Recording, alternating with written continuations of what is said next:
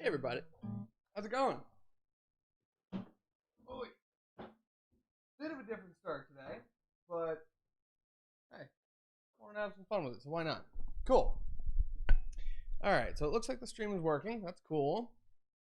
I can get that kind of minimized and get everything all set up today. I've got a little bit of a different setup, and I'll kind of talk you through that in a second. But here we go. Let's get our chat up here. Oh, nope.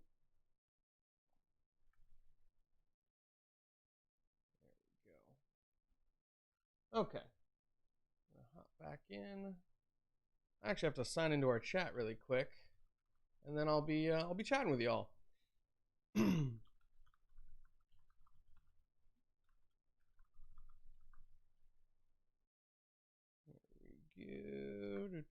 go. So there we go. Now we're in the chats. So I see we've got a couple people chatting and kind of hanging out right now. We're gonna do our usual thing where we go through the question and answer first. We've got a whole bunch of questions from the pre-registered students over at UXL. Let's adjust this thing. Sorry about that if that was right in your ear. So we got some students that have done the pre-registration questions, which is fantastic. I always encourage people to do those things. Definitely go check that out if you are a student of UXL.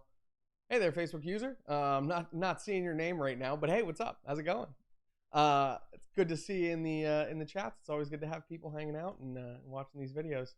So if you're watching and you're not signed in to whatever platform you're on, you're going to show up as, Facebook user or YouTube user or whatever like that. So either that or your account might be private, something like that. So yeah, would love to, chat with all of you and hang out and whatnot. Today's topic is going to be breaking into new styles of photography. So if you're a photographer and say you do mostly portraits, but you want to get more into doing maternity stuff, or you want to shoot weddings, or maybe you do corporate and you want to start doing live music.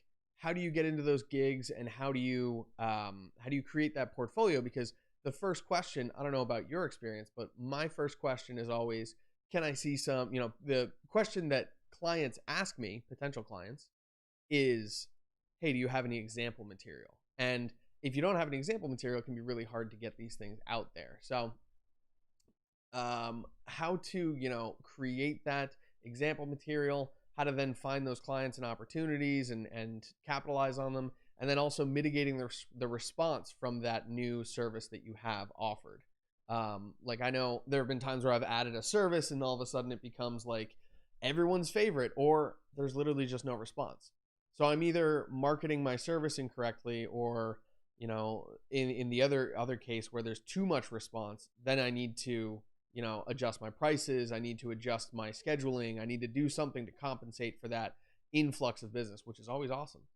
Giacomo Giorgiani, it's good to see you. I finally seem to have the chats sort of hooked up on here. I I don't know if it's, there we go. Nice streaming Stefan. Okay, so yeah, it looks like it's showing up a little bit differently than I'm used to. That's cool. Okay, so I was trying to fix the issue where I would not see these chats popping up, but now it seems like they're showing up a little bit differently. So I'm getting my Twitch chats through still, but I think that's from the FCMG_stay chats and not necessarily from the producer's log, which is just, oh dear. Okay, but anyway, Eliza Kolvek, it's good to see you. Here we go. I'm going to start getting into some of these question and answers right here. Yeah, so last time we talked about what to charge clients. Jonah Newberg, good to see you. It's awesome that I'm like starting to recognize actual like names and stuff from these streams. I think it's so cool that we have like this little community that we're building. Asma D, good to see you. As I'm talking about people that I recognize and all that, this is great to see. So I sort of changed around the lighting setup a little bit before. I had this little piece attached to a Godox SL 60 watt, I want to say. I'm going to actually fix that just a little bit. Give me 1 second here. Got some light spilling out. All right, got that. Okay, so Godox makes the SL60W, I think it's called, which is a 60 watt on chip on board LED light. Those are called Cobb LED lights. And basically it's like one little tiny square that has this really, really powerful LED output. It's fantastic. It's very cool. There's a fan that runs inside of it to keep it ventilated and all that stuff, but it stays very, very quiet. I don't think you can hear anything in the background, so I hope you can't hear anything in the background. But when I was using this attachment on the Bowens mount on the front, which is this type of, as you can see here, it's got like a 3-pronged like system. So there's a little metal ring around here, and then you actually have these prongs that sort of keep it locked into the front of your light. But you can get all kinds of attachments like this. You can get dishes, you can get beauty dishes, which are actually different from an actual dish. You can get honeycombs. You can do tons and tons of different methods of lighting. Put soft boxes in there. You can put umbrellas in there. Like there's just a wide variety of light modifiers that you can add to these lights. So it makes them really, really useful and allows you to do some really cool stuff. But the lights, the softbox that I put on there today is a gridded, very long softbox. So it's a very wide strip, gives me a nice sort of array of light over here. It's mostly pointing in this direction, as you can sort of see. But it is very soft. Like even the shadows are very diffused. As I move my hand closer to it, they're almost non-existent. What the grid does is it helps it direct the light. So you're not going to be getting a whole bunch of light on my background back here. So even if I turn off the light momentarily, the background stays about the same exposure. So controlling that light was always really difficult when it came to this little light here. This modifier is awesome. It creates some really cool like catch lights in my eyes, and that looked fantastic. But I couldn't control the light in the way that I wanted to. I ended up having to basically clip a piece of negative fill, which is just black cardboard, to the outside of this and direct the light in the way that I wanted to. But it's really not designed for that job, so we finally got something that applies a little bit better. This is actually a product that I'm getting to try out for Neewer, which is a brand of relatively inexpensive camera gear. I don't necessarily swear by their equipment, but there's some pieces that if you do your research and you know, maybe it's going to be a piece that's going to live in your studio, it's not going to be something that's going to be out on the road and taking a whole bunch of abuse, then their products will work great. Like if it's a lighter use situation, you can get away with some great deals through Neewer equipment.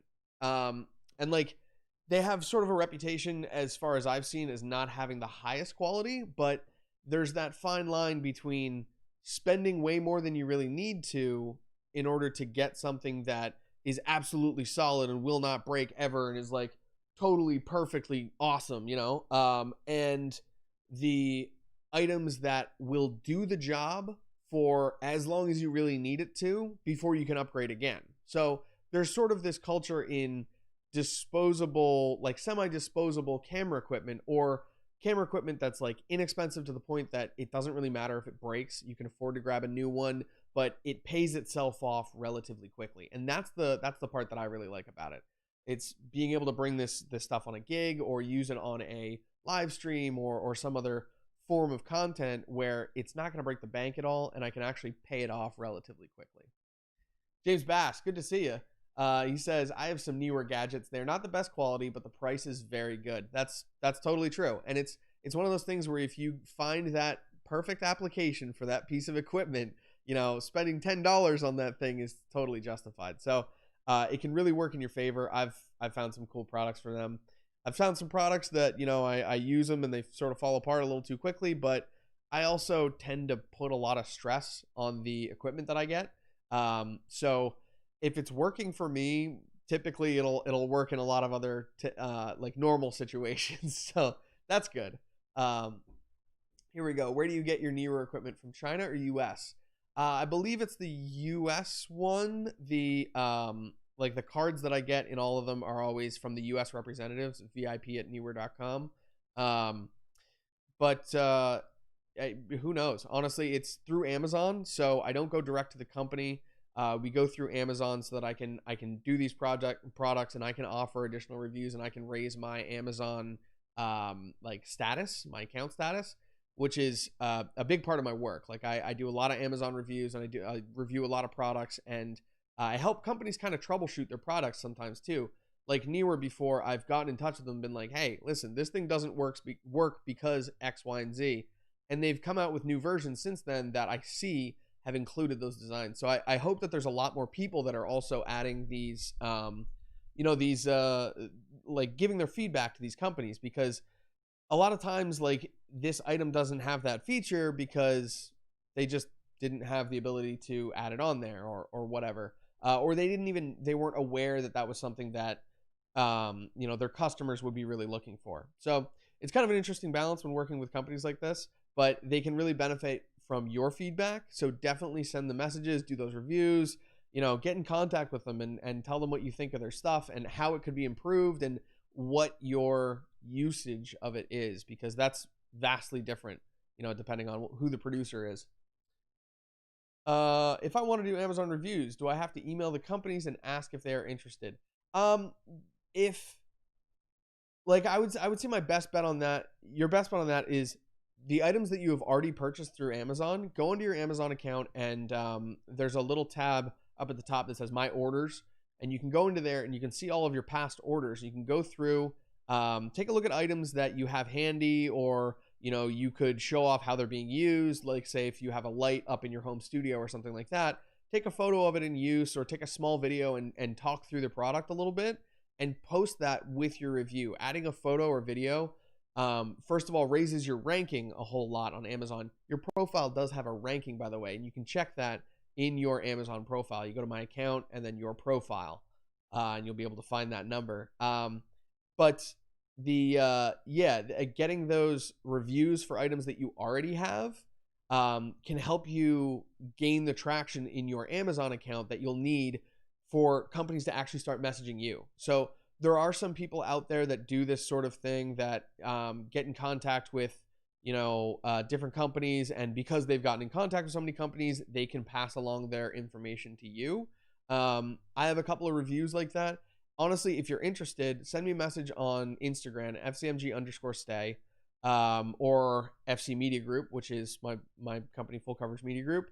You can send me a message on there if you're interested in doing some of these things. It's sort of like a work in progress. Like, you have to, you know, do smaller items and purchase them and do these reviews before you're really going to get to the point that like sellers are going to get in contact with you. But at that point, sometimes you'll have sellers come up to you and say, hey, if you want to try out this gimbal, by the way, I'm going to pay you in advance for it. So not only do you get a product for free that you can actually keep, but you get to review that product, offer your expertise, and create content for it that's basically paid for. So like, it pays for your time to do the review because you're getting that item for free. But these companies also want your unbiased opinion. Like, they're not paying for a good review, which, if that was the case, like, I would feel really uncomfortable with that. And I've had companies approach me and ask me, hey, you know, we'll pay for the item, if you give us a good review. And I say, no, I'm not going to do that. Like, I'll give you a review. And typically I like, if a company's like that, I'll sort of offer, I'll send you my bad review if it is a bad review. So if you can fix that for the product, if you can change that, all right, then, you know, I'll update my review and I'll actually post that one publicly. But if they like refuse to fix it, if they're just kind of being shady, if there's any feeling that I get that they're not being honest with me, or they're not willing to like actually you know, do what they say and follow through just because I gave them a bad review, I'll post that publicly. Absolutely. And I'll include that they didn't do that. So but I haven't really had that problem yet. Like, I've had a couple situations where things got a little bit weird, but it was never like money out of my pocket. It was always just people contacting me and sending way too much stuff my way, and just over contacting and over messaging. And it was like, okay, all right, this person's a little too adamant about this. Like, we gotta calm down. Yeah, for sure. I will gladly give you advice anytime. That's what this place is for. I can grab my water. Might need these. Gotta stay hydrated, folks. Okay. Here we go. Also, I hope you all enjoyed the different intro music, because that was me playing some guitar. I don't know if you were all joined in there, but I just kind of felt like playing guitar today. What can I say? You know, sometimes the creative juices are flowing. You got to go with it. So yeah, we're rolling steady now. We're gonna hop into these questions. I've got quite a dropping things over here. My bad. So I'm gonna get into these questions here.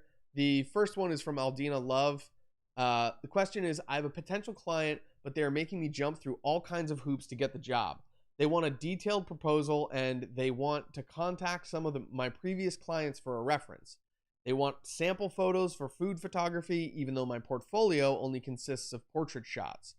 Do you think they're asking too much, or is it normal to go through this process for a gig?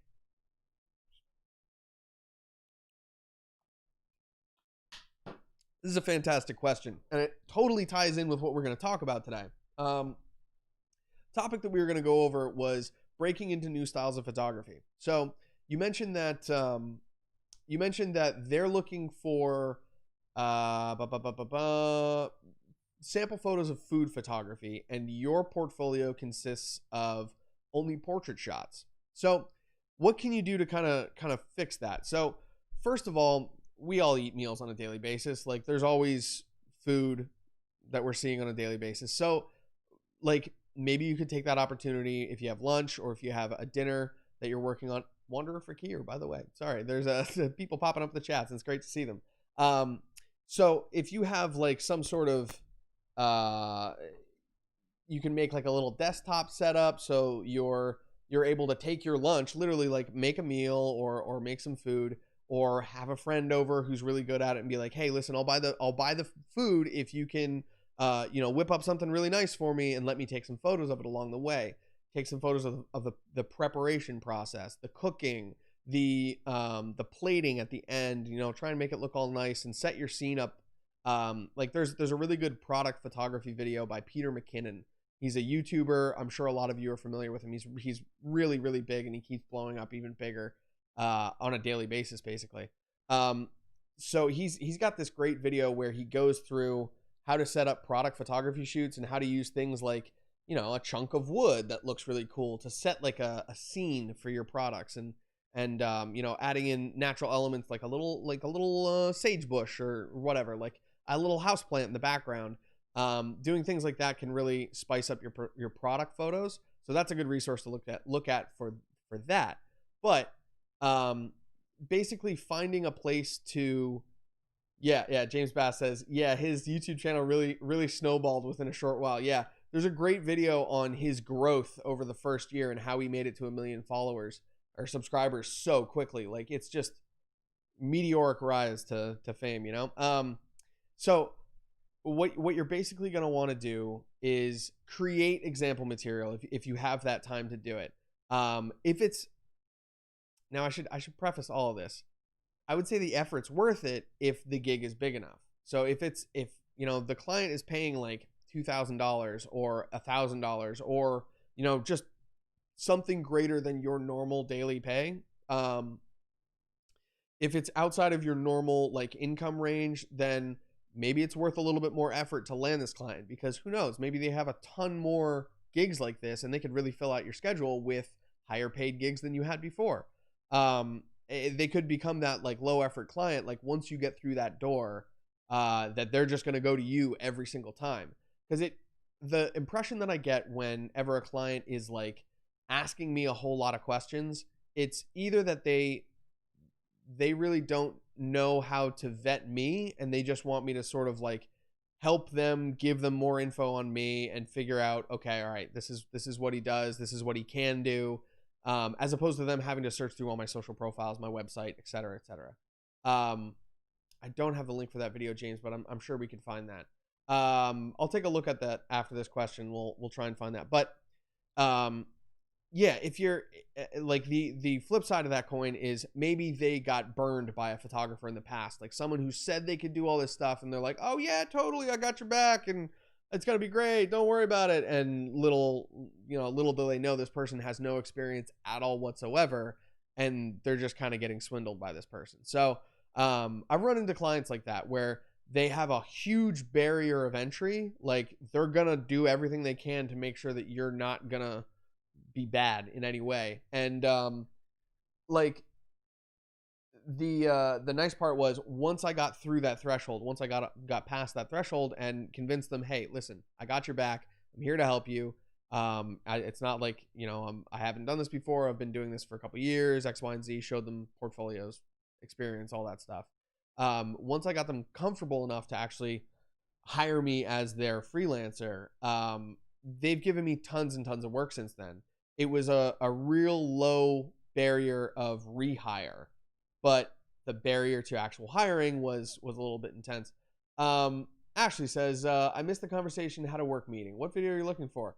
That video is Peter McKinnon talking about, I believe it's the video where he talks about product photography. So there's, I think if you search Peter McKinnon product photography on YouTube, you'll basically find his video about like setting the scene and how to add little elements to make your product photography really pop out.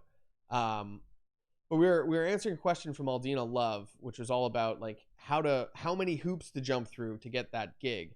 But it really depends on the budget that they're bringing to the table. If it's like a big company, if you think it's going to be a lot of recurring work, then it can be really worth it to go through those hoops and to make that, make that stuff work for you. Interesting. Okay. I gotta drink more water. I was out on a gig this morning from like 8 o'clock until 10 a.m. So I'm like a little fried. The morning humidity and the morning heat was a little rough.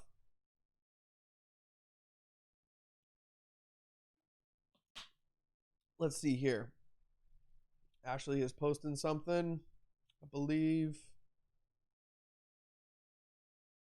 Guessing it's this one, she says. And actually, I'll look too. James Bass, hi. Saying hi to Ashley. I get it now. I'm a little slow on the uptake sometimes. Okay, so here we go. Yeah, that's working. I can close that out. Peter McKinnon. Actually, I'm not seeing a link. Oh yeah, I don't think the link shows up in the stream chat. Okay, interesting. Cool. Okay, so that's on YouTube then. Peter McKinnon, product photography. Yeah, it's literally called product photography. They have another one called how to do epic product photography. He's got another one even more that says flat lay photography. So there's a whole bunch of different ways to do this stuff. Obviously, tons of ways to spice up your photography. He's even got a video that says underwater product photography, which is a really cool exercise that you can do. Like if you have a fish tank or anything like that, you clean up the glass as much as you possibly can, put some fresh water in there, make it as crystal clear as you possibly can, and shoot through that with like a longer lens. So you're not going to see any of the water in there. Light it either overhead or from the sides, because then you're going to avoid a lot of the reflection on that front glass. And then you can drop things into the water and you get this amazing effect with the photography, where you're popping shots as the item is hitting the water, and there's just splashes and bubbles and all kinds of cool stuff going on. Texture photography, that was another good video that he has, where he's talking about like adding textures and adding grit and whatnot to your images in post to kind of change the attitude of them as well. He also goes through rating a famous Instagrammer's kitchen. So this is someone who takes food photography literally. So Aldino, that could be a great resource for you. Let's see here. I'm gonna drop the link to this video in here. Boom. This is the Peter McKinnon food photography video. Here we go. Boom, bam, done. Beautiful. All right. Cool. Sent to all of them. All right. So it seems like there might be a big delay from our chat here to Stefan's stream chat interface. Yeah, absolutely there is. Because I'm restreaming to several different platforms, like Facebook has a different delay than YouTube, and YouTube has a different delay from Twitch. So in order to get all of those synced up, there's basically like a 20-second delay. So that also helps if like there's a connection error or something goes down. It gives me 20 seconds to figure it out and get reconnected. So it kind of helps the stream exist a little bit better. But I do have the stream set to be like the quickest settings as like the stream chat to be the quickest settings as possible in there. But you know, it's constantly a learning process with this. I'm always figuring out better interfaces and better ways to use this. So like just now I saw your thank you and no problem response, even though you probably said that about halfway through this whole spiel. So yeah, I'll move on here. We got a lot of questions today. Yeah. Oh, we got a good amount of questions, but I think they're good. They're gonna tie in with the actual material that we're already talking about, that's always fantastic. We get to add some more context to what we're chatting about. Okay, so that was oh, cool. Well, all right. Well then, James, that chat is the interface is kind of working better than we thought. All right. It's a good surprise right there. All right, so let's see. Aldina Love had asked about that. Yeah. So do you think they're asking too much? I would honestly, if it's like an opportunity to a new big gig, it could be recurring, it could be a lot of money. I'd say go through it if you have the time. That's awesome. If you don't, have a good one today. Stay. Thank you. Appreciate it. If you don't have the time, if you're busy and all this stuff, maybe, let them know, hey, just send them back like a message and just be open and honest with them. Be like, hey, I haven't done, food photography in the past. I'd be happy to create some examples for you. But it's going to take me a little bit of time to get those together. If you give me until X date, and you can set yourself a deadline to get that shoot done. You could even go out to a restaurant or something and ask them to like ask to take photos of their meals, like as they're going out, they're on the hot stand or something like that.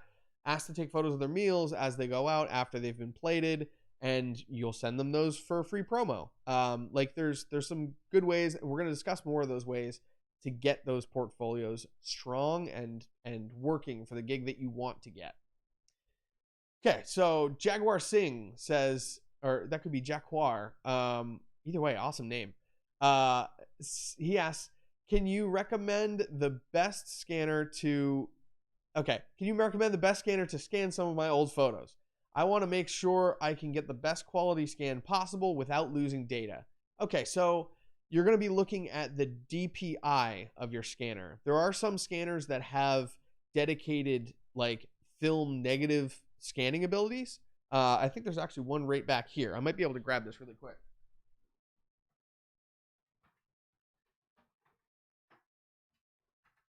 Okay. I think this one has the piece that I'm thinking of. Basically this is a bed scanner. So you open this up and it's got a bed like this. Yeah, it does. Okay. So up in the top,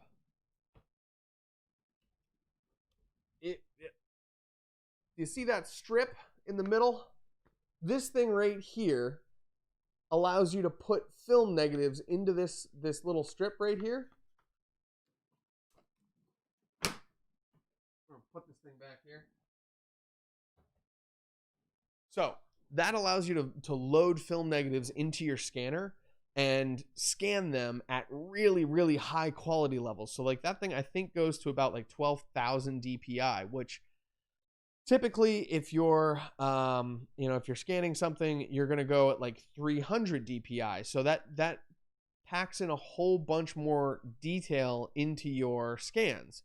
It can mean the file size can be relatively large, especially if you're doing like a full page. So it's not necessary to do that if you have like a full page document that you're scanning. 300 is probably going to be fine. But if you need like that fine detail of your negatives so that you can recreate those digitally and work on those digitally, then that's going to be the way to go. Like you're going to want to use a scanner like that has one of those negative slides in there, and you can use really high DPI to scan those. So I've actually found some ones like that one's relatively older. That's the HP Scanjet 4850. Scanjet 4850. Let's look up some info on this. HP Scanjet 4450. 4850. 4850. But knowing Ashley, this is actually her scanner. Knowing Ashley, it's a pretty darn good scanner. Let's see. Wow, that's a interesting spread of that's a interesting spread of prices. So Bonanza has it for $474. Oh no, okay, that's $644 Canadian. I don't know why it's showing up in Canadian for me. And then Hard Disk Direct has this, I think it's the same item. Let's take a look really quick. Oh, it's loading. It's trying to load. Let's check one of the other ones. IT Hardware Hub.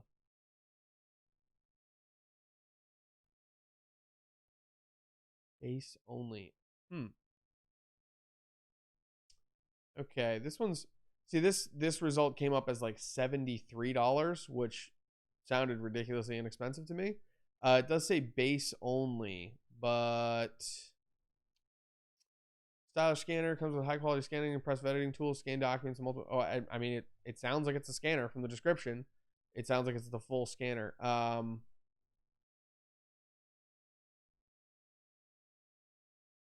Yeah.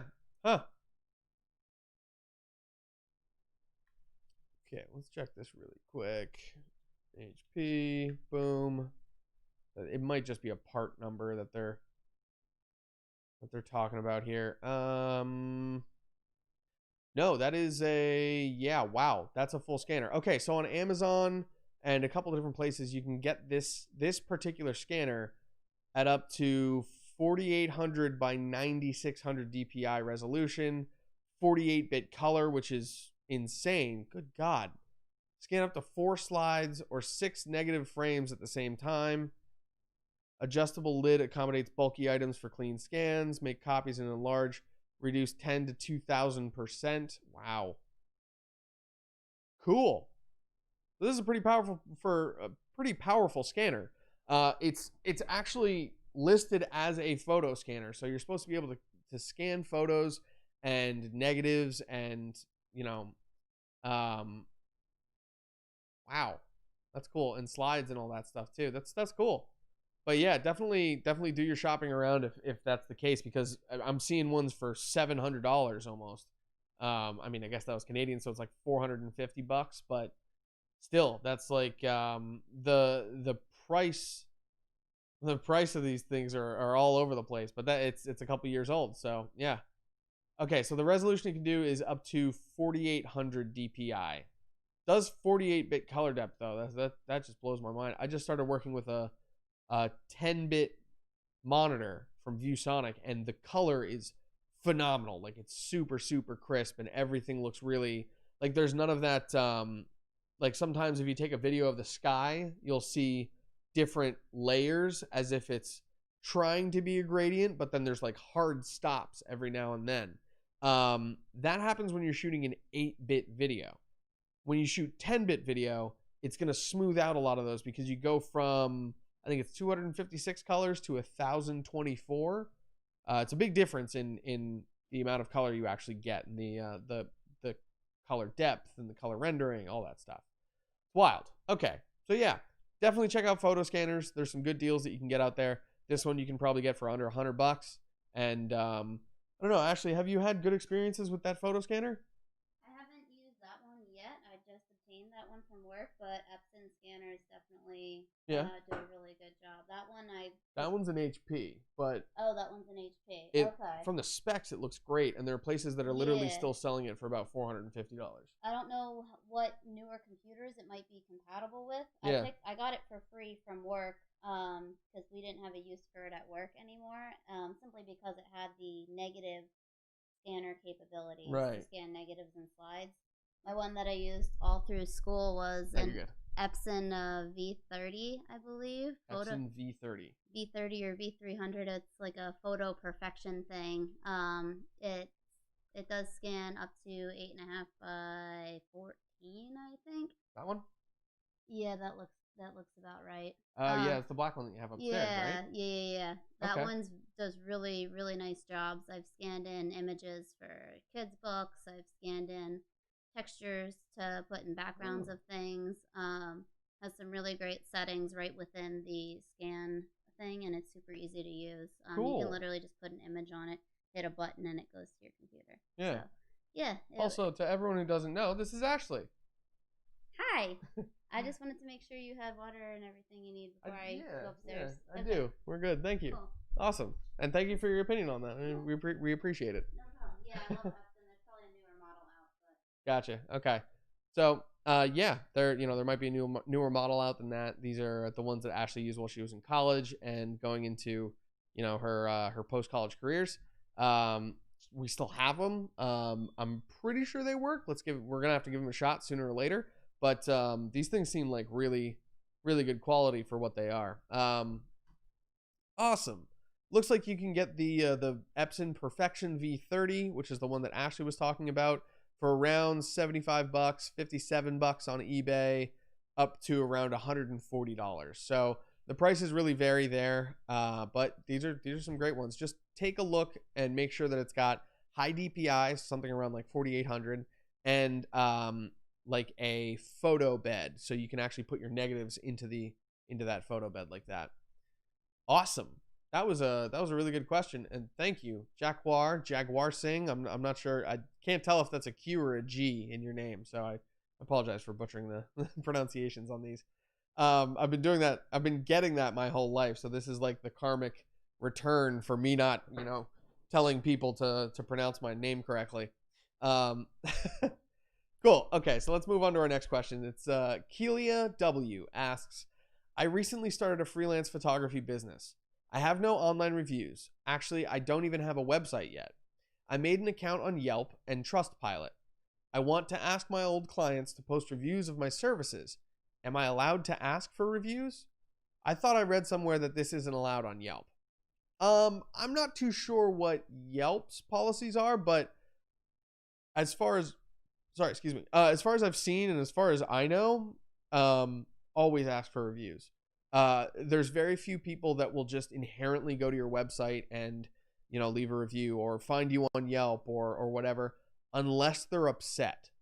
So basically, the one time that people will go out of their way to give you a review is if you've done something wrong, or they think that you've done something wrong and they want you to know that. I've run into this a couple times with my business, Stay Heavy Studios. I once got bad reviews because I left a band and I was actually robbed by that band. So it's one of those things where like they're leaving bad reviews on your business for one reason or another, but it's typically just because they have a problem with you. So if you can go out and ask your clients for reviews, get those past clients to give you great reviews and ask for 5 stars. Ask for, like, literally just ask for 5 stars, because if they're giving you 4 stars or anything under that perfect rating, it's literally pushing you further down on Google. So if they want to help your business, ask for that 5-star review, and definitely do that at the right time. Like, you don't want to just email them out of the blue when you haven't worked with them for 6 months. Like, maybe get in touch with them, be like, hey, I just wanted to get in touch and see if you had anything that I could help you with. How have you been? Are you staying healthy during COVID? Is there anything you or your family need? Just let us know. Like, things like that where you can offer, and most people are going to be like, hey, no, we're fine. It's all good. But Eliza Kolvek, that's horrible. What band robbed you? Not going to talk about that on here. It's not like a personal gripe session or anything like that. That's old news. I've worked my way back up from there, and hey, things happen. Basically, I left myself open by not insuring my stuff. So definitely get renter's insurance, definitely get production insurance, definitely get insurance for your gear. Full frame insurance is a great place for that. I just renewed with them recently, and they've been really good to me. So it's a lesson in insuring your equipment. Yeah, so we'll keep going on this question here. Definitely ask for reviews. It's like a best practice, really, as any type of business, to send follow-ups after you've done a gig for someone and they really enjoy it. Definitely send like a follow-up and an email saying, hey, if there's anything else that you need, just let us know. We'd love to come help you out with, say you do a family portrait session for someone. Be like, hey, we'd love to do your next maternity shoot if that's in the cards, or when your kids go up and go to college, we'd love to do their grad photos. Things like that can really help, instill you into people's hearts as like, oh wow, this photographer cares about us. Like, they actually want to have a relationship with us, not just because it's ongoing business, but because they want to provide us with good media. Like, they want to see us in nice photos. So being kind of aware and doing that follow-up can be a great way to have that little tagline at the end, be like, by the way, if you really liked working with me, I would really appreciate a review on Yelp. If you leave 5 stars, that will really help my business out and help me get some more gigs. So don't feel bashful when it comes to asking for reviews, but don't force the subject. It's something that you want them to do only if they're really, really happy with what you're doing with them. Because even a 3-star or a 4-star review is not going to be beneficial. Like, it's going to hurt you in the long run. And 1-star reviews, when people are really upset with you, then yeah, those are real bad.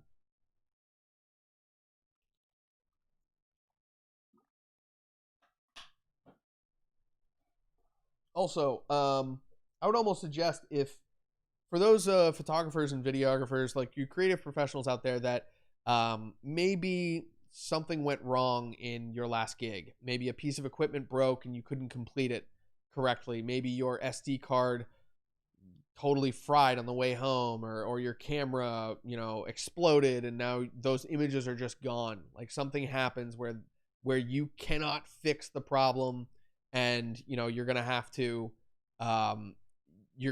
disappoint someone.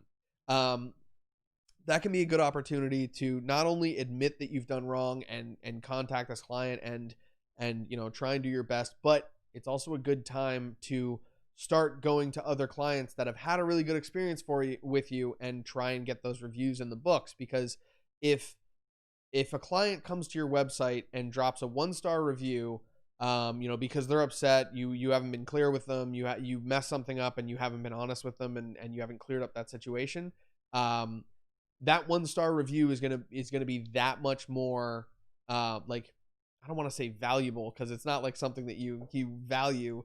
It's like it holds more clout. So you're gonna have to have more 5-star reviews, like vastly more 5-star reviews, to bring your average back up to like a decent point.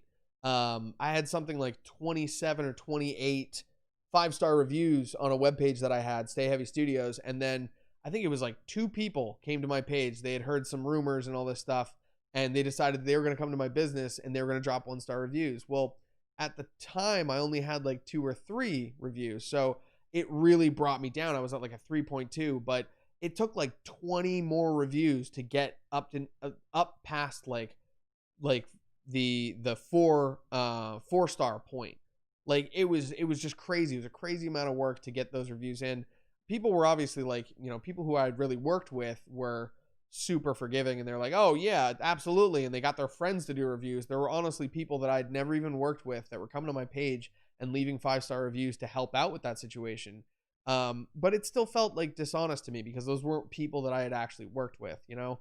I didn't like having that attached to my persona. And then there were these bad reviews that, you know, you can't really get rid of them. It's just, yeah, you want to get ahead of the curve. You really want to get those good reviews on the books as soon as you can. That's a great question, Keelia. I really appreciate you asking that one. And that's something that, you know, doing that can really help you get those next gigs if you're trying to break into a new market, if you're trying to do, you know, go to real estate photography versus like the portrait photography that you've been doing this entire time.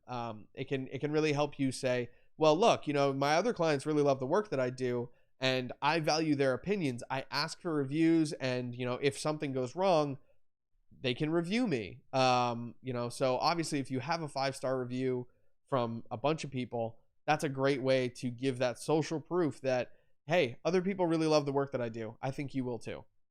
Thank you for that question, Keelia. We're going to move on to our next one. This is Brett Ovens asking, can you explain the difference between a full frame and a cropped frame camera? Why are the full frame cameras more expensive, and what is the advantages? Ooh, I love this question. This is like, woo, my bread and butter right here. I get all excited when talking about the difference between crop sensors and full frames and what people should get. People are always asking, like, what camera should I buy? I'm about to buy my first one, and I'm thinking of getting the A7R4 or something. And it's like, oh, okay, you're really, really shooting for the moon, right? Okay, cool. Do you. If that's what you want to do, if you really want to buy that full frame camera, go for it. But every lens is going to be $1,000, and every piece of equipment that goes with it is going to be a little bit more expensive, and in some cases it's going to be a lot more expensive. So it can be a real balance when you're picking between full frame and crop sensor cameras. Basically, full frame cameras have the same they have a 35 millimeter they have a full 35 millimeter sensor. That's why it's called full frame, because it's the same sensor size and image size and all that stuff as like old SLR cameras. They were shooting those big high resolution images that were just beautiful on film. And full frame lenses are the equivalent of that. So it's the same size sensor as the film used to be. As far as I know, I'm kind of questioning myself on that for a second. Full frame, same as 5mm, I believe so. Yeah, a full frame camera uses a sensor that's the same size as a single frame of traditional 35mm film. All right, cool, awesome. I thought I was on there. Okay, so yeah, measuring 36 by 24 millimeters. So that's 36 millimeters by 24, 35 across, I believe. Or no, that would be a longer. It's not like TVs where you measure diagonally. Yeah, so a 35 millimeter sensor is the same size as a single frame of 35 millimeter film. That can be really nice. You get huge bokeh in the background if you're, shooting at a wider aperture or something like that, like f2 or even f4. You're still going to get those really big blown out backgrounds. You're going to let in relatively more light because you have a larger front opening on your lenses. Like a lot of crop sensor camera lenses are like 62 millimeter front opening. So the actual front of the lens is 62 millimeters in diameter. Meanwhile, a lot of full frame cameras have 72 or even like, I think it's 82 or even 86 millimeter lens openings. Some cine cameras, you get up to like 100 or 120 millimeters. These really, really, really giant pieces of glass that are like this big, in front of your camera. And that's awesome because it literally lets in more light physically because it's a bigger hole. Think about it like water. If it's a small hole, it's going to let in relatively less water. If it's a big hole, a whole lot of water, like exponentially more water is going to come through there. So exponentially more light is going to come through a full frame lens. There's this website where you can actually calculate the equivalencies between full frame lenses and smaller like crop sensor lenses, micro four thirds, anything smaller than a 35. you can check the equivalency to a 35 millimeter. It's mmcalc.com. I believe it's .com. I'm going to double check that really quick. Yep. Yeah. Okay. So mmcalc.com. Put that in the chats there. So mmcalc lets you choose the sensor size. So you can go, okay, well, I have a crop sensor camera. Let's see here, APS-C. So my crop sensor camera is 1.5 times crop. It's Sony sensor. So it's actually a 1.53 times crop. It actually adds that in there. It also has an option for Canon, which is 1.62 crop size. I believe Sony, Nikon, I think those are all the same. Maybe other ones are a little bit different, but so I'm going to be using that one. So like if I'm shooting with a 50 millimeter f1.8 lens, let's go to f1.8 right there. The 50 millimeter equivalent of that is a 76.5 millimeter lens. So crop sensors are obviously cropped in a little bit more. So the equivalent on a full frame of that type of zoom would be a 76.5 millimeter lens. So it would have to be a tighter lens to get that same shot as the crop sensor camera. But it wouldn't need to be as wide open. It would only need to be f2.75 to be the same. So it's almost f2.8 in order to be equivalent to a crop sensor's f1.8 lens. So that means in order to get like 1.8 on a full frame, you need to have a super, super fast crop sensor lens. So there's a major benefit in full frame cameras where they let in a ton more light, both physically and when it comes terms to the equivalent settings. So like f1.8 on a crop sensor camera is going to be f2.75 on a full frame camera to get the same light qualities. It's kind of interesting though, because there's a lot of people, like you'll see a lot of professional sports photographers or professional what are those wildlife photographers that use these massive lenses. They'll have like a Sigma 600 millimeter lens on a little A6400 camera body or an A6600 camera body, which is like a crop sensor camera. So why would they be going for that when they have this $5,000, $6,000 lens that they're attaching to a less than $1,000 camera? The reason is because crop sensor cameras have that additional crop in. So if we're, let's see here, mmcalc. So if we've got Sigma, I'm going to search the Sigma 600 millimeter. I want to see what the f-stop of that lens is. Okay, Sigma 150 to 600. That's an f5 to 6.3. That's the 150 to 600. Yeah, okay, that's the zoom, crazy zoom one. So we're using a 600 millimeter lens. I'm just plugging these into the mmcalc thing. You know what? Actually, I'll show you my screen here. Okay, in screen. Here we go. Okay, so mmcalc. We're gonna go to a crop sensor APS-C 1.53 times crop. 600 millimeter lens.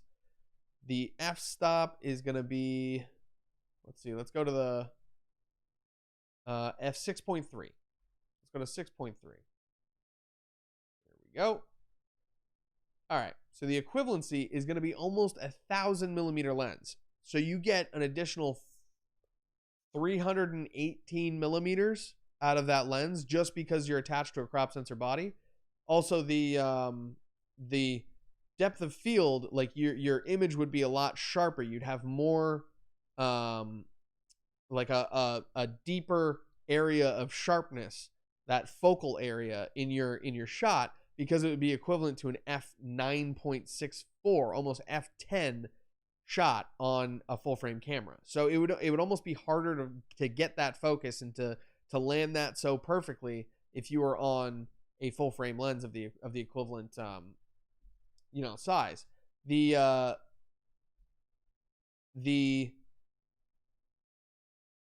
speed of the lens is going to be better because it's like a wider aperture value, so it's going to be shooting much quicker, catching focus quicker. It's really going to help in a lot of situations. So when you have to do like fast photography, anything like sports or wildlife, or you know, maybe you're doing like golf or something like that, you need to get a long shot from a long distance. Adding that crop sensor to a full frame lens is really going to be helpful.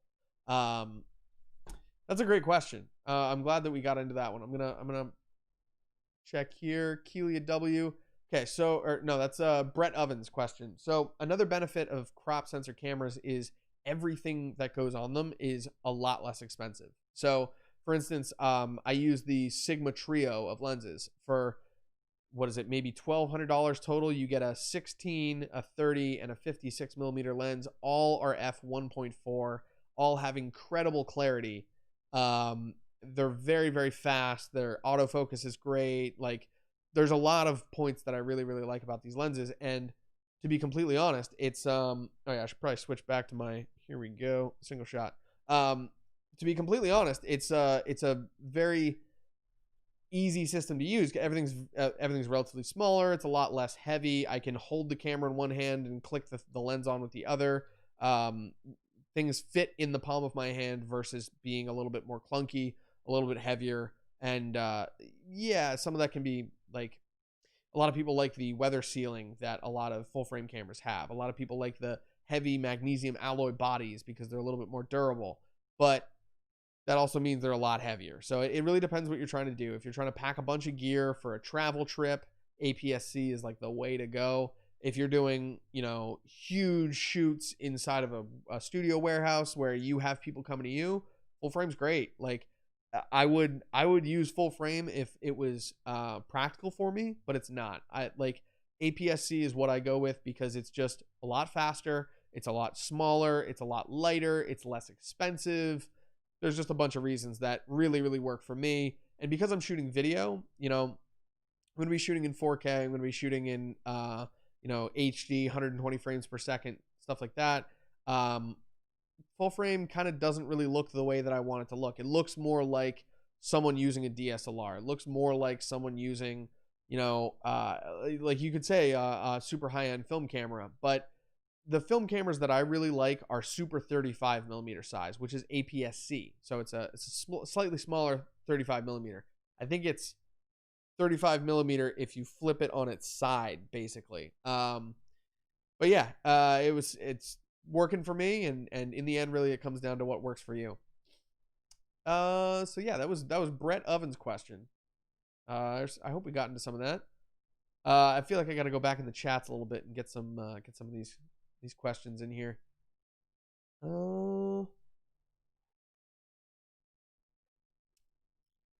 Yeah. James Bass. Yeah, that is a good response. I think if you respond to the negative review, most people understand. It can be a little difficult though, because a lot of people do just look at the number. You know, if you have a 3.8 on Google and you have 10 reviews, they might look at that and go, well, I'm going to go to the next guy. And like, it can just be one of those barriers of filtration. Like, if you have that 5-star review, you're less likely to get shot down by people who are going to go, oh, he doesn't have a 5-star review, and then move on. You know, let's see. Do you know how to get contact information for a specific group? For example, I want to contact real estate agents locally, so I need their contact information.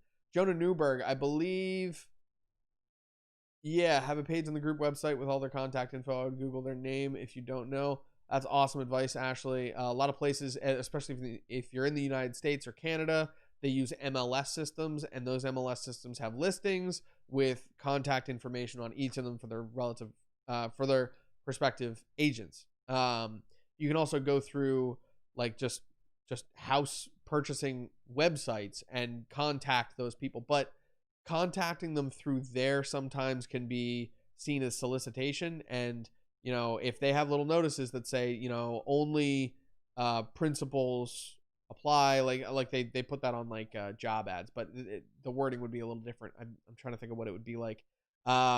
Basically, if they say only people who are applying to this job need apply, then don't message through that means. Maybe go to their website, see if they have like a at remax.com end of their email address, and go to that actual website, try and find the local version, and message them through there. So, that way you're going through the proper channels and you're not contacting them kind of like in a spammy way. Okay, let's go through here. She's pretty easy to find. They want to be found. Yes, they do. But I want to contact through email. It's hard to find email information. Most of the contact info is to their brokerage. Gotcha. I guess I haven't really tried, so perhaps I should run through Google searches and see what happens. It's always a good choice. Good place to start. It's super low cost, so it's not going to really cost you much if you go through there and you can't find stuff. They might prefer phone calls or have a form to contact a specific agent. If you call and talk to them, then you'll know if they are willing to provide an email. Absolutely. That's a great point. Don't be afraid to be personal and have the initial phone call conversation to get their contact info and how they prefer to be contacted. Again, great advice. Ashley, thank you for keeping up in the chats. That's fantastic. Cool. Okay, so that was Brett's question last. Let's go to Young Bernard. Would you recommend the Adobe Creative Cloud subscription? Do they still sell the software that you can install on the computer without paying the subscription? I believe you can still find download versions of like older versions, so like maybe CS5, CS6. But those are like dated now at this point. Honestly, it depends how much you use these programs and how many of them you use. It can be a good deal to get like one or two of the programs, but if you use more than two of them, then it's really only worth it to go for the Creative Cloud subscription, the whole thing. I believe it's like $50 a month, and you get access to a ton of programs. First of all, when it comes to photography, I love using Bridge.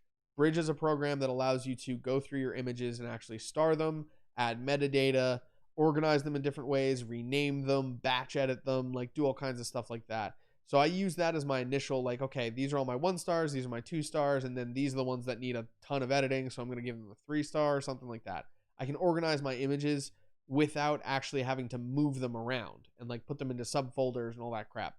Then I just get disorganized and lose files. So the better option for me has been to star them, star the ones that I want to edit, and then edit them.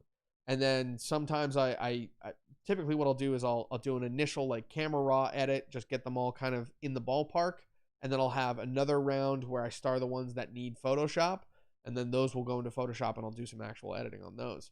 And then sometimes I even have another, 3 stars or 4 stars means these images need to be composited together, and I'll do like groupings of images like that as well. So it can be really helpful if you're planning on or can use a bunch of different programs. Like if you're going to be getting into videography, Photoshop does have solutions for that. You can do video in Photoshop. You can do all kinds of stuff with it too. It's really, really cool kind of suite of software.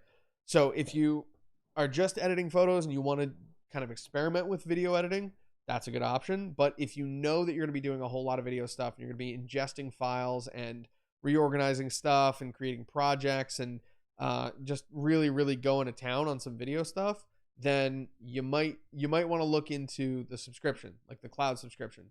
That gives you access to the entire Adobe suite and will let you use After Effects, Premiere Pro, Prelude. You can get Photoshop and Lightroom and Bridge. Trying to think of other ones that I use. InDesign and Illustrator. There's a ton of them. Audition for sound. There's some really great things that you can do with a lot of these individual programs that you can't just do with the ones that have additional functionality sort of pumped into them.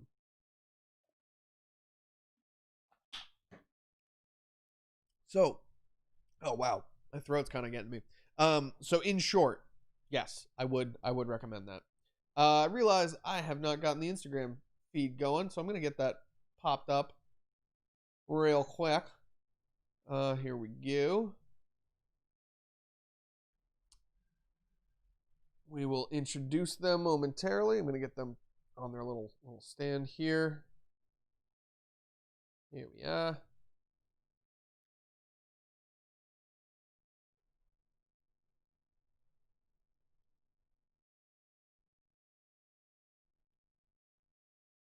Alrighty. All right, so we're gonna go live on Instagram right now. I'm gonna chat with them for a second, and then we'll be back for these next questions. The next one is gonna be from Matthias Ristic. So, let's see, what's the channel about? Processing videos. Cool, cool, cool. Okay, so we're gonna get started here on Instagram.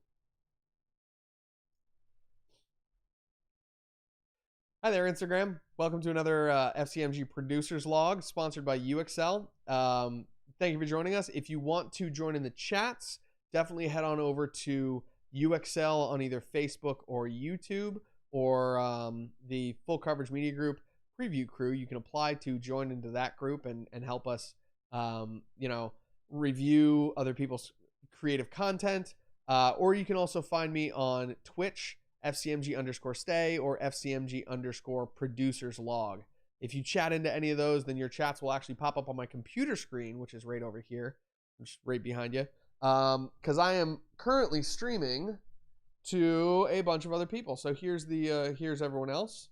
Yeah, so come join us in the chats there if you want to get your questions about photo, video, and media production answered. Right now, we're going off some questions from the UXL students. But first, before I do that, this video is sponsored by UXL Career and Learning Network. Are you interested in learning a new skill? UXL is a leading provider in online training. They host courses from top-rated instructors across the globe. Find courses on just about any subject and join a community of over 500,000 passionate learners. Visit uxl.com and register today.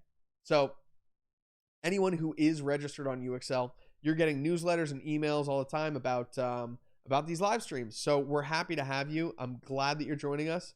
If you go over to UXL on either YouTube or Facebook and you comment there, then we'll be able to see your comments and have you join in the chat. So let's get back to the questions at hand. I'm closing a bunch of my windows here. We already answered a couple questions. You can go check that live video and once it's posted, scroll back and see those other questions that we talked about. Talking about scanners, we were talking about all kinds of stuff. Food photography. This is great. This is like really becoming a super vibrant community. I'm really enjoying it. Okay, so Matthias Ristic asked, I am processing videos that I took on my Rebel. Processing the videos is a bit slow, and I noticed my laptop does not have a separate graphics card like some of the higher end laptops do. Is it necessary to have a separate graphics card for processing long videos? 1 hour plus, they mentioned. So long videos like that can definitely be really intensive, especially for laptops. Like laptops are not they're not necessarily designed for that kind of processing power.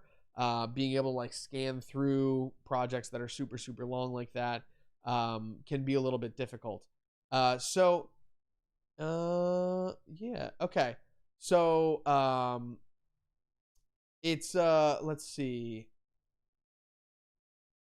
Processing a bit slow. Okay, so there are other laptops out there that can do that job. Having a graphics card will definitely help, but there are other options. So for instance, you can actually get a graphics card that not only will plug in externally to your laptop, but will help you with projects like this. So when you actually go to render or like scrub through your footage, it'll help out a little bit like that. But there's also other solutions that I've found. Like I had a friend who helped me build my desktop, which was surprisingly inexpensive. Like I was thinking it was going to be a lot more costly to get this kind of power inside of a machine. But this computer is a, let's see, I'm going to look up my specs just right now, just so I get these all right. Okay.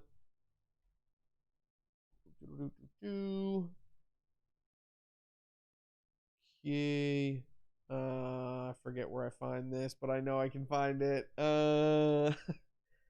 This computer, I know it's got a lot of physical cores, and that was something that I did on there it is, system. Okay, so this computer, I'm running a Ryzen 7 1700X 8-core processor at 3.4 gigahertz per processor. Those can be overclocked a little bit to about 4 gigahertz, and that's like kind of the safety zone that AMD tells you. It's got 32 gig of RAM, so plenty of RAM to do multiple processes at once. And yeah, the what is it? The graphics card that I have is an RX 570, I believe. Yeah, RX 570, which I think is a 4 GB graphics card. So it's nothing crazy in the graphics department, but that's because I don't do a whole lot of like CGI or particle rendering or oh man, like procedural generation of things like cloth simulations or soft body simulations. Like I'm not doing that kind of visual effects when it comes to the media production that I'm working on. So what that means is I don't really need super high end graphics processing abilities. I have enough to do basically gaming. That's like the highest sort of graphics process that I've been working on.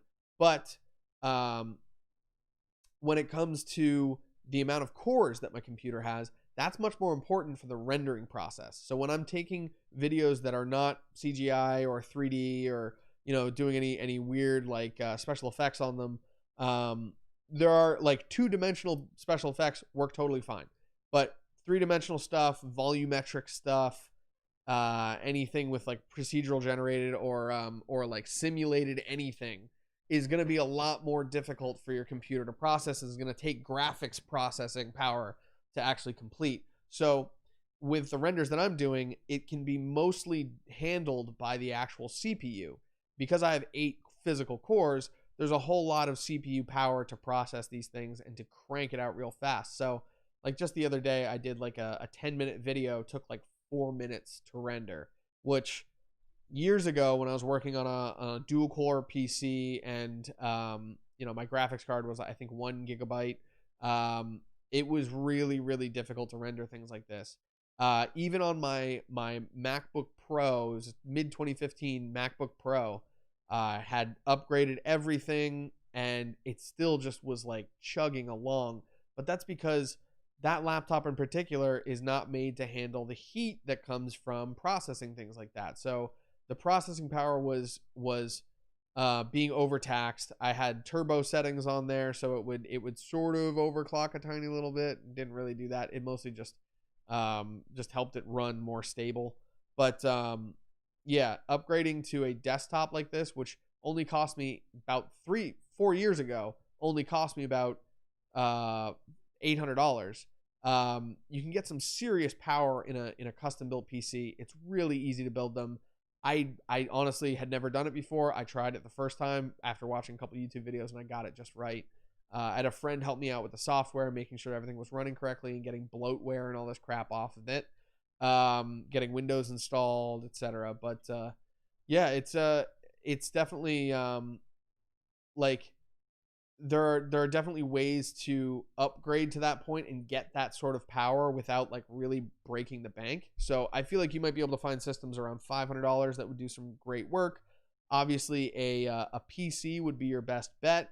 If you're looking for low cost to high processing power, definitely look into AMD too, because AMD processors, both graphics and CPUs, graphics cards and CPUs, can be really inexpensive and they work fantastically when you pair them up with AMD products.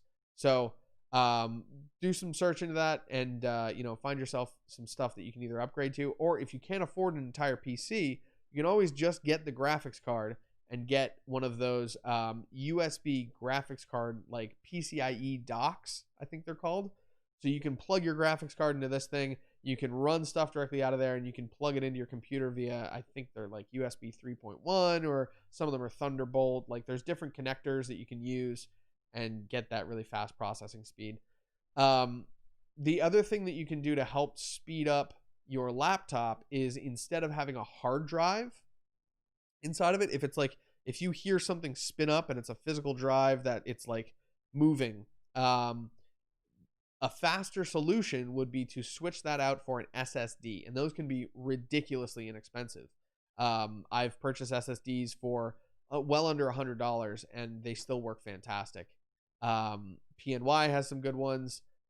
They're sort of like the super budget brand that I use, and then Western Digital has some great ones. The Western Digital Blues. You can get the 500 gigabyte ones for relatively inexpensive. Let's see. WD Blue SSD. SSD, 500 gigabyte. Boom. Might be a 512. No, it's 500 gigabyte. Yeah, $69 I'm seeing this as. B&H has them for the 1 terabyte is $114. Yeah, and the 500 gig is $69. So they're relatively inexpensive. It's a lot less expensive than getting, like an Angel Bird or a Lossy or something like that. Those might have greater stability, but at the same time, if you're backing things up onto an external drive, which is around the same price, you can get like a 5 terabyte little external drive for around $100. Get that and a little SSD. Switch your drop all of your your stuff on your hard drive onto your your external, and then install Windows, all that stuff, put it on your SSD, get that SSD in there, and then things will process much faster. The processing speed of an SSD is like lightning fast compared to hard drives, which are actually having to read disk information and rewrite over them. These other ones are much more close to like an SD card, where it's just a data chip that can store some digital data. It's not physical. All right, cool. Well, those are the suggestions that I have for upgrading a laptop to get that to a point where you can edit long videos off of your Rebel. Let's keep trucking through these questions. We have quite a few more. I don't think I'm going to get to all of them today. I might just go up to 160. We're at question number 159 right now. So here we go. Yeah, okay. So Jay Baden asked a question. I've always personally had trouble with this, so I would love to hear your questions and your comments on how to handle a shoot like this. But Jay Baden asks, do you have any tips for photographing kids who are very uncooperative? Well, I think the best advice there is to try and learn the kids a little bit, learn what they're going to be interested in paying attention to, what's going to capture their attention. Maybe there's things that you can have on set to distract them and help get their attention back, and be like, okay, so we've got this thing right here. If you want to check it out, just listen to me for a second. Let me get a couple shots and blah, blah, and, be honest with them, talk them through the process. One of the things that I always, kind of drove me nuts as a kid, and I feel like I was one of those problem childs, kind of drove me nuts as a kid, is all these adults would talk to me like I was an infant. And yeah, I get it. I was 10 years old or whatever, but just treating kids with, a level of respect can really help bring them down and kind of calm them down. So they'll actually work with you. They'll respect you if you respect them, kind of thing. Hopefully, that can work in most situations, but I don't do, kid photography. I do family portraits and things like that. But typically when I'm doing a family shoot and the kid is, the youngest, or one of the kids is kind of just being a little bit bonkers, I think the best bet is to just sort of let them blow off that steam, let them go run around for a couple minutes, and maybe get some action shots while they're doing so. You can get some really cool photos that way, first of all. But second, it helps the kid blow off some steam, calm down, and then he'll come back and he'll be a little bit more chill now that he's gotten that energy out. Because I don't know about you, but me as a kid, I had tons of energy, and I had to get it out before I could sit down and watch a teacher talk about geometry or whatever. I just couldn't handle it. So yeah, that's a good question, Jay Baden. I would love to hear anyone else's opinions if they have techniques for distracting kids, or capturing their attention, or working with them if they're kind of unruly a little bit. I definitely had some photographers that probably thought that of me as a kid. Oh dear. There we go.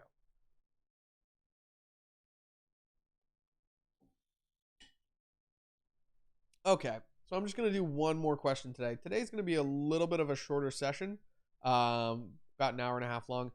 This morning I just had about a 2-hour shoot. It was about 8 a.m. until maybe 9:45 in the morning. But the shoot was really intense. like I'm all dried out from it. Like I feel like I'm all dehydrated. I'm congested because we were out in like the woods. There was pollen everywhere and whatnot. I did shower after the gig, but we actually went to a place in Bethlehem where there's a tent city, and we went with the street medicine team, which is a group of volunteer doctors, nurses, healthcare professionals who go out with backpacks and masks on and whatnot, and they help with homeless people who are literally living in the woods in tents in these like little tent cities around Bethlehem, Allentown. They go up to Easton. They go all over the place, and it's like a physically, yeah, the gig itself was physically draining. It was difficult. Like I'm carrying a big camera. If you want to see the camera, actually, the camera's pretty cool. Right here, I'll try and pull this over without dropping all my stuff. I already wiped the camera down and did my whole, get it all fixed up kind of routine. But basically, I'm walking around with this camera the entire time. I've got two hands on this thing. It's one on the left, one on the right. And, these people are showing us their homes. They're showing us through, like, why they're living. They're talking us through why they're living where they're living. So it's not only a physically demanding gig, it's also a like emotionally demanding gig. It's something where like I want to be able to do more to help these people, but it's like it's really difficult because they need specific things, and there's channels that you have to go through. So hopefully I'll be doing more work with the street medicine team, either going out and like filming for them, just for them, or volunteering my services somehow, like even if it's just carrying equipment out there, because it's just like it's a pretty brutal gig. And I feel for these people. It's amazing that like they're not really being affected by COVID because they have this street team who's going in between for them. So they're not having to go to the hospital and basically expose themselves and expose other people to possible COVID. Instead, they're being able to quarantine in these areas. But it's just like, wow, that was a wild gig. So I'm going to do one last question here. We have one from Josiah M. And then we're going to move on to our topic. We'll get that bashed out and out of the way. And I'm thinking we might be done by around like 2:30 today. But if you are watching on Instagram, definitely hop over to UXL's Facebook or YouTube channels, and you can join us in the chats there. Let's get this question here. Josiah M asks, I am having some cash flow issues for my photography business. Are there companies that will pay the invoice for a percentage before the client pays? I know this type of service exists for other types of businesses. Interesting. I mean, I've never really heard of something like that. Like, what you could do to sort of mitigate those cash flow issues is just start requiring deposits on gigs, which can really help out because sometimes gigs have to cancel and they have to move. And that's the whole point of a deposit, is like if you held that day, if it's within 24 or 48 hours of them canceling that gig. Some people do even longer. Like if it's within a week of canceling that gig, the deposit stays. It's non-refundable. So, James Bass says Riviera Finances, they factor invoices. That's really interesting. Okay. I gotta look into that because I've honestly never even heard of doing that. That's cool. Riviera Finance. Full service factoring. Okay. Invoice factoring company in the US and Canada. This is really interesting. I'll have to look into this. James, I really appreciate the adding in that that little message there. So invoice factoring gives businesses the power to ensure growth without incurring debt. Clients are funded within 24 hours after invoices are submitted and verified by Riviera. Yeah, Riviera Finance. So it's here. I'll drop the link down in here. But I'm gonna do some more research on this. James Bass for invoice factoring. Here we go. Boom. RivieraFinance.com. Cool. Well, that's super interesting. Honestly, I didn't even know that that was an option, and I would definitely look into that. That question ended up being a lot shorter than I thought it would, so maybe I'll go up to 161 here. Um, that's really cool. I'm sorry, that's still blowing my mind. All right, so Malia Photos asks, I've been working for someone else for a few years and they own the copyrights for all my photos. Can I still use these images in my portfolio? Um, that's a definitely check with them question, because sometimes portfolios end up being posted online. Like if you're gonna post your portfolio digitally and use those images, you have to be careful, because that's, yeah, you might not be using it for profit, but you're still posting those images online in a public space, and maybe the place that you're posting doesn't have the greatest um, like content protection for creators. So maybe it makes it a little too easy for people to steal those images and use them, or strip the metadata from them, or whatever. Um, so it can be a bit of a balance there. So definitely check with your employer, talk to them, and say, hey, do you mind if I post this here or post that there? I'm going to use these images for my portfolio. And if they say no, then what I would say is just use them privately. Have like a private Dropbox link that people are not allowed to download content from. Um, and use that to send that stuff out to people. Make sure that it's private. Make sure that no one can download items.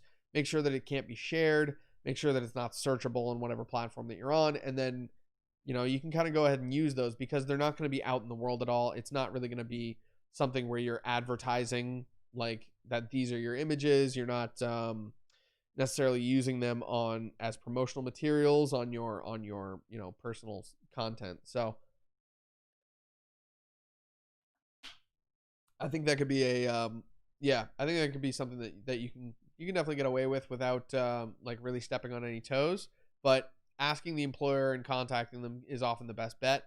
Sometimes they'll even provide material that you weren't even thinking about, that you worked on, or like they have behind the scenes shots of, hey, here's you working with us. Like every now and then I ask PBS for photos, like if they have any behind the scenes photos that include me, and they've started just sending those out.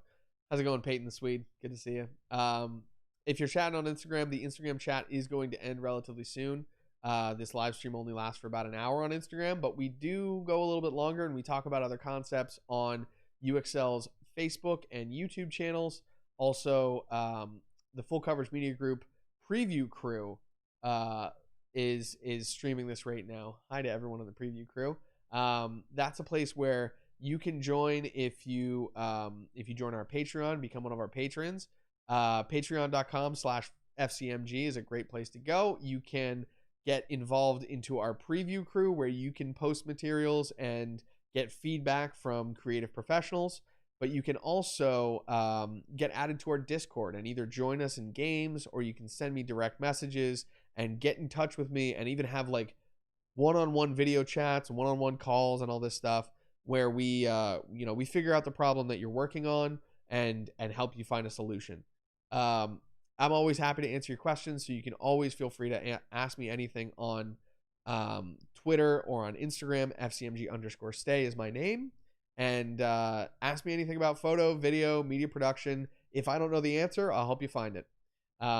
That's I don't like to put myself out as like the end all be all resource or anything like that. So it's a learning journey that we can go on together. Cool. Okay, so that was question 161 from Malaya. Thank you for your questions. I really appreciate it. The next week we're going to start at number 162. We're going to work our way up. We got a bunch of questions still, so hopefully I can start catching up. These are great questions from all these UXL students. If you want to be able to submit questions like this, if you sign up for UXL, you'll be getting these newsletters, and you'll be getting those request forms for submitting your questions. So definitely go check out Buenos tardes, muchacho. Thank you, Sandra Hassad. That's awesome. Appreciate it. Hopping into to Instagram there. Yeah, so that's definitely the best way to get your questions into these live streams. these live streams will also exist online for a long time. So we're going to be cutting these into different formats and kind of sharing them out in different ways. So who knows? Your question might be featured on the super cuts at some point. Cool. Okay, so let's get over to here. I've got an actual topic that I wanted to talk about, but man, my throat is just dry as hell today.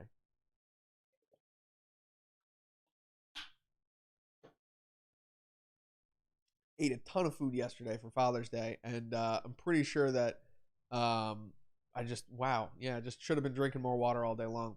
Cool. Okay, so today's topic that we're going to be talking about is breaking into new styles of photography. This can be really hard and really daunting for a lot of people, but it doesn't have to be. There's really easy ways that you can go about sourcing example material, finding clients and opportunities, and mitigating that response that you get, whether it's not enough people are responding to your ad, or maybe too many people are responding to your ad, and you have to figure out how to handle this new client base that's now coming to you for this resource. So to start off, example material is typically what you're going to need. We even had a question from who was it? I think it was our first question. Yeah, Aldina Love had earlier asked a question. I have a potential client, but they are making me jump through all kinds of hoops to get the job. They want a detailed proposal, and they want to contact some of my previous clients for reference. They want sample photos for food photography, even though my portfolio consists of only portrait shots. Do you think they're asking too much, or is it normal to go through this process for a gig?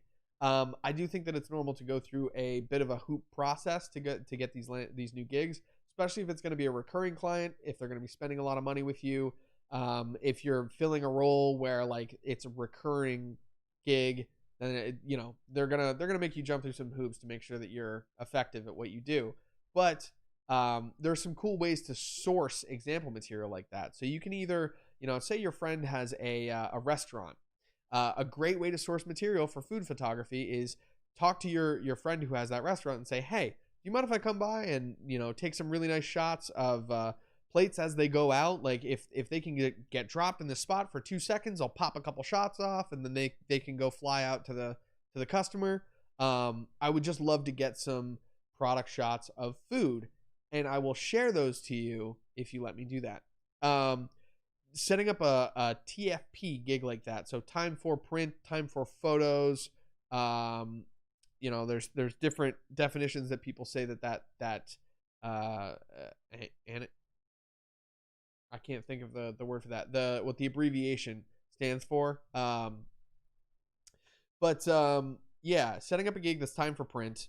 TFP means you're gonna do the gig for free, and they're going to receive photos at the end. So maybe someone's a chef and they want to have an awesome Instagram of the food that they create.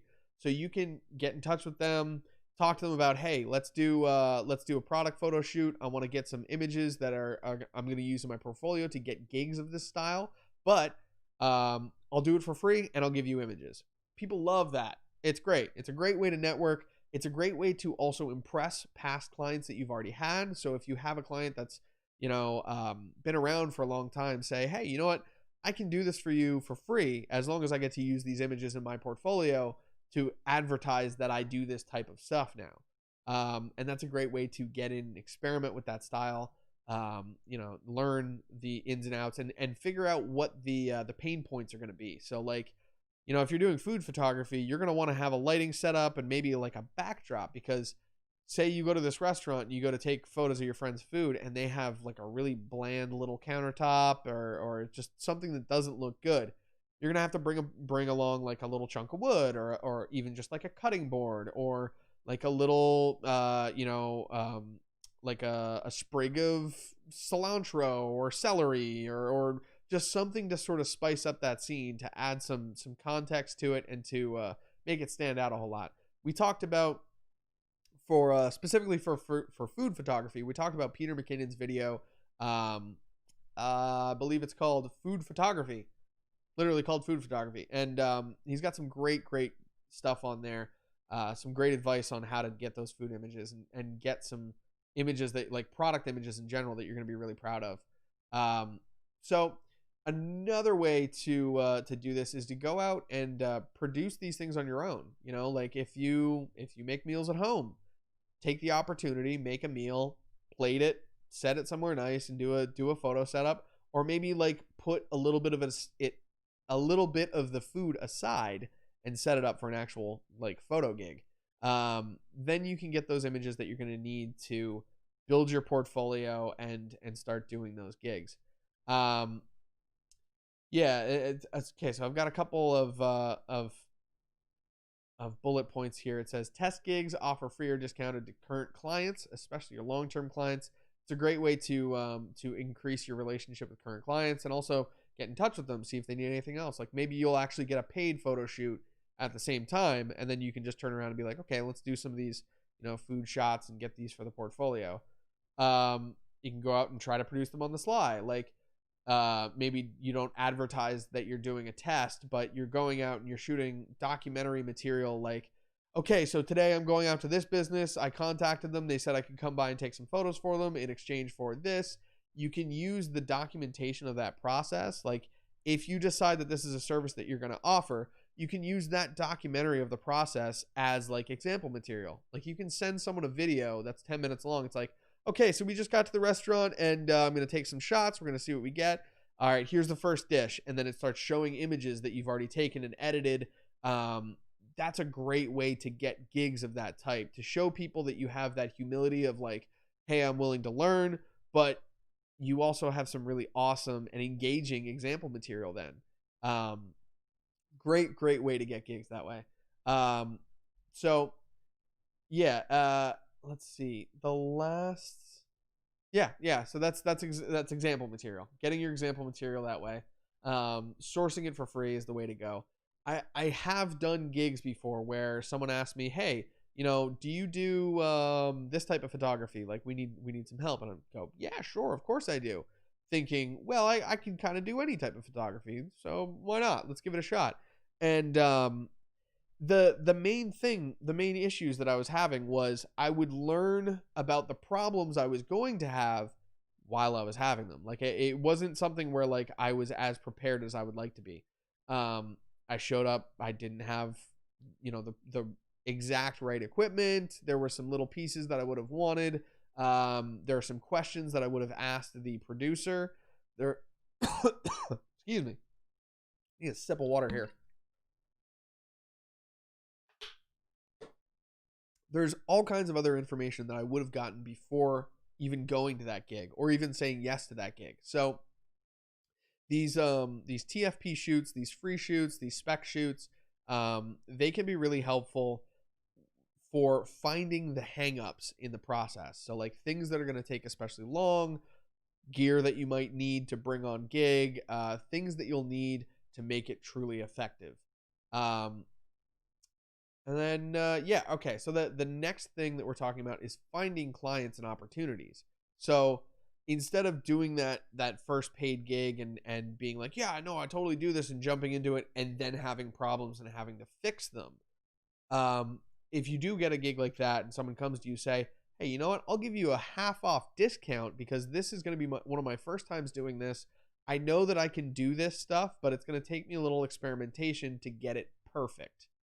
Saying that you're gonna do that extra legwork and work at a discount and all this stuff is typically enough to convince a client, especially if it's one that you've already had in the past for like a different style of photography or videography or media production in general.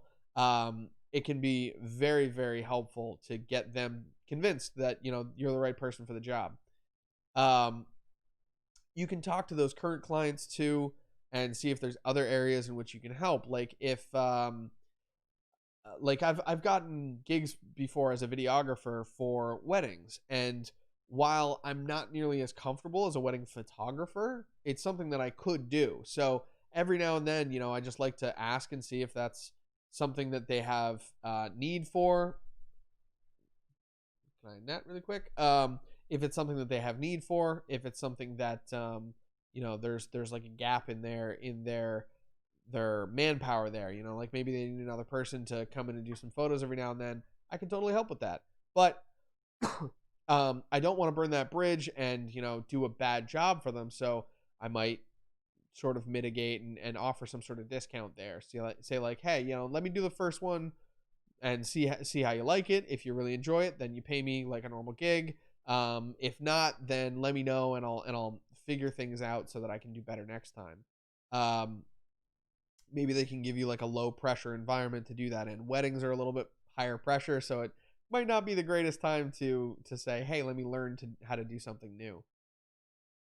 Another option is offering that discounted or time for pictures, time for and like the TFP gigs, offering that online. So going to Craigslist or Kijiji or your local, there's an app called what is that? It's like a local homeowner, like your local community is all able to chat with each other. Nextdoor, I think it's called. So Nextdoor is a good app for getting in contact with people in your area. So maybe put out a little feeler in there. Be like, hey, I'm trying to get my portfolio up for this, or like send out a group Facebook message to a bunch of people and say, hey, I'm looking to get a portfolio together of this type of media. Is there anyone that needs this type of stuff? Because right now I'll do it for free if you let me use it for my portfolio. Olivia, thanks for chatting in. I'm doing well. It's good to see you. I've got a little bit of a scratchy throat today, so it's a little bit hard on the chat, but doing my best here to answer these questions. If you want to get your questions answered, hop on over to UXL's either YouTube or Facebook accounts, and you'll be able to ask questions there. They'll show up in the actual live stream video that we have going out right now, and it'll hopefully look great. So we're talking about finding clients and opportunities when you're breaking into new styles of photography right now, and it can be definitely daunting to do that, but you can also do things like start a new page or a social account to gain attention and get that first gig. So for instance, if you create an Instagram account, like maybe you have a secondary email, you can create that Instagram account and start posting images that you're creating in time for print, situations. Maybe that could be then your portfolio. Maybe that's how you get more time for print gigs or more discounted gigs. Say, hey, we're having a sale right now. We're doing 50% off all food photography shoots. So that, in quotations below, in parentheses, you'd say, because I'm learning how to do this right now. But as long as you can really pump out that quality and that you're going to get good stuff, go for discounts. If you are not comfortable doing that type of photography at all, try going for time for print or doing it by yourself. I think those are the best options out there really for getting that material so that you can promote yourself and you can show those off to people and say, hey, look, I do this stuff too. You never need a hand, this is where you go. My final point with this that I really wanted to talk about was mitigating response. So Instagram says Longbeard. Cheers. So the last point that I want to talk about was mitigating the response, and that happens in a couple different directions. So in the best case scenario, or let's start from the other direction. Let's move towards the positive. That's what it's all about here. So in the worst case scenario, you get no response from putting these images out and putting out this sending that new portfolio to a bunch of your current clients or prospective clients. If you get no response, maybe that just means that you need to keep working at it. You got to keep practicing, keep doing those time for print shoots if you can afford to do them, if you have the time and the availability. But if it's worth it to really spend the time and push your way into that market, then it'll be worth it to take the time for those time for print shoots or those discounted shoots just to get in the door. The typical response is going to be, you might add a couple clients and here and there. Ideally, you would want those to be recurring clients, so it's a way that you can have them keep coming back and keep coming back. Feedback is super important then. If you finish a gig and you feel like you did really well and your clients are really excited about the work that you do, then you can ask for a review. Ask them for that 5-star review so that it helps you get your page out to more people and advertise your specific skills and all that stuff to the people that might hire you in that new genre of photography that you're trying to get into. And in the absolute best case scenario, you get way too many clients. All of a sudden you have 200 people hitting you up for product photos, or hey, I really want a music video done because your music video with whoever you just did it with was amazing. It blew their minds, right? So now you've got tons of clients knocking down your door. So how do you handle that? One thing that you can do is start scheduling out in advance. And personally, I think that's the greatest thing that you can do to create stability within your career, is start taking deposits from people. So if they want to book a gig, they have to pay a percentage down. Maybe it's only 10%, maybe it's 25%, maybe it's 50%. Depending on the gig, that can differ. So you have to figure out what's going to work best for your gig, what's going to work best for you, and what's going to work best for your clients as well. Maybe they can't do that 50% thing because they have to get material into corporate before they can get a full approval on the gig. Maybe they'll only do 10%. But getting money on the books so that people hold their space, and so that you hold that space for those people, if they cancel within a week or something like that, or maybe 24 to 48 hours, then their deposit is void. Like, it stays with you. You get to hang on to that money just because they booked you, they paid, and then they decided, crap, we can't use this, we'll have to change the date or something like that. If it's the client's fault, you get to keep that deposit. But yeah, the other thing that you can do is start scheduling things way out in advance, getting those deposits, and really scheduling them out.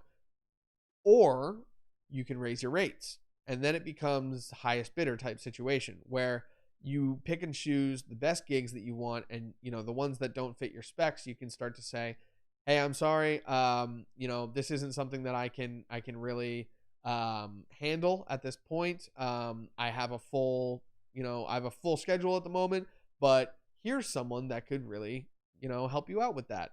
Maybe you pass them on to someone else or another photographer that and suddenly you're getting commission from them or something like that. There's a lot of different ways to leverage these clients that are coming in. Mary, how's it going? There's a lot of different ways to mitigate these clients coming in. And if you are getting that massive response, that's fantastic. That's super awesome. And congratulations, but you still have to schedule those things accordingly. You have to be smart with your schedule. You have to be, on top of this stuff to really make it worthwhile when you're breaking into those new genres of photography. So I would love to hear your experiences. If you have any sort of experience jumping into a new genre of photography, or anything that we've talked about on our previous live streams, you can find those live streams, by the way, on UXL's YouTube and Facebook pages.